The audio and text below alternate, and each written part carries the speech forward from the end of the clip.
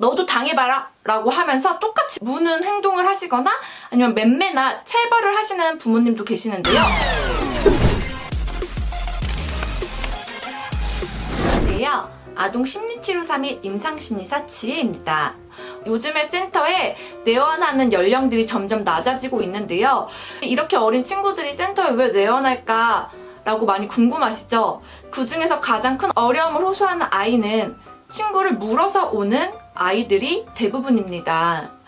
어머니들 이야기를 들어보면 내 아이가 정말 다른 친구를 물어서 정말 그 원에 가기가 너무 창피하고 너무 속상하다. 당연히 물린 그 부모님들은 속상하겠지만 나도 내 아이를 어떻게 해야 될지 정말 모르겠고 너무 답답하다라는 부분들을 많이 호소하십니다.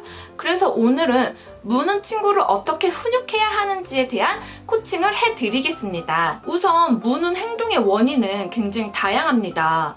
프로이드의 발달 단계를 살펴보면 그 첫 단계로 구강기를 이야기할 수 있는데요. 구강기는 모든 욕구를 입으로 통해 해결하는 단계입니다. 엄마 젖을 빨고 손가락을 빨고 모든 것들을 입에 넣고 빠는 행동을 통하여 욕구를 충족시켜주는 단계입니다. 이 구강기는 출생부터 18개월까지를 이야기하는데요. 이 시기의 아이라면 무는 행동은 큰 문제가 되지 않습니다. 자연스러운 발달 과정이라고 볼 수 있습니다. 또한 아이가 이가 나서 무는 경우도 있기 때문에 걱정하지 않으셔도 됩니다. 그런데 우리 아이는 18개월이 넘었는데도 이런 무는 행동이 계속된다면 그 원인을 먼저 살펴봐야 합니다. 무는 행동에도 다양한 원인이 있습니다. 가장 큰 원인으로는 발달 지연입니다. 언어 발달, 운동 발달, 인지 발달이 또래에 비해 지연되었을 경우 흔히 무는 행동이 나타날 수 있는데요. 많은 경우가 언어 발달이 지연되었을 때입니다. 언어적 소통이 되지 않아 물고 때리는 등의 공격성이 나타나는 경우인데요.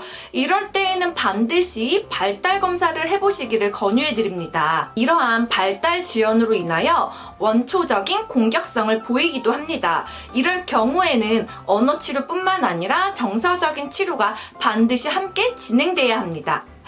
두 번째 원인으로는 아이의 스트레스입니다. 아이의 환경에 갑작스러운 변화가 생겼을 때인데요. 동생의 출산, 이사, 그리고 새로운 원에 입소하는 등의 갑작스러운 극도의 스트레스 상황에 노출되게 된다면 아이의 발달 단계에서 퇴행을 보여 무는 행동이 나타날 수 있습니다.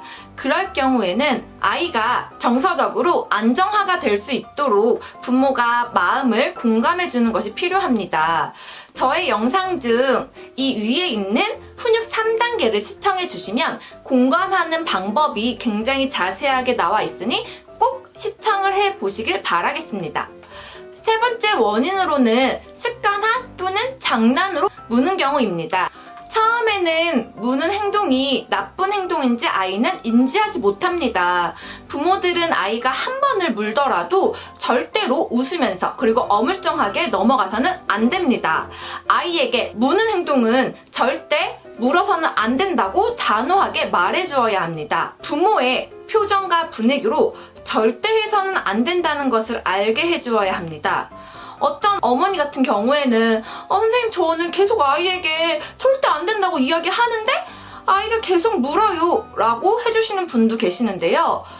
아이에게 화를 내거나 소리를 지르라는 것이 아니고 목소리는 오히려 낮게 깔고 그리고 눈을 굉장히 부릅뜨고 절대 해서는 안 된다고 흔히 말하는 정색을 하시면서 눈빛으로 강력한 메시지를 주시는 것입니다.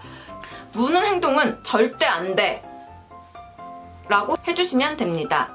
아이가 무는 행동을 하는 네 번째 원인으로는 관심 끌기 또는 원하는 것을 얻고자 할 때 무는 친구들이 있는데요.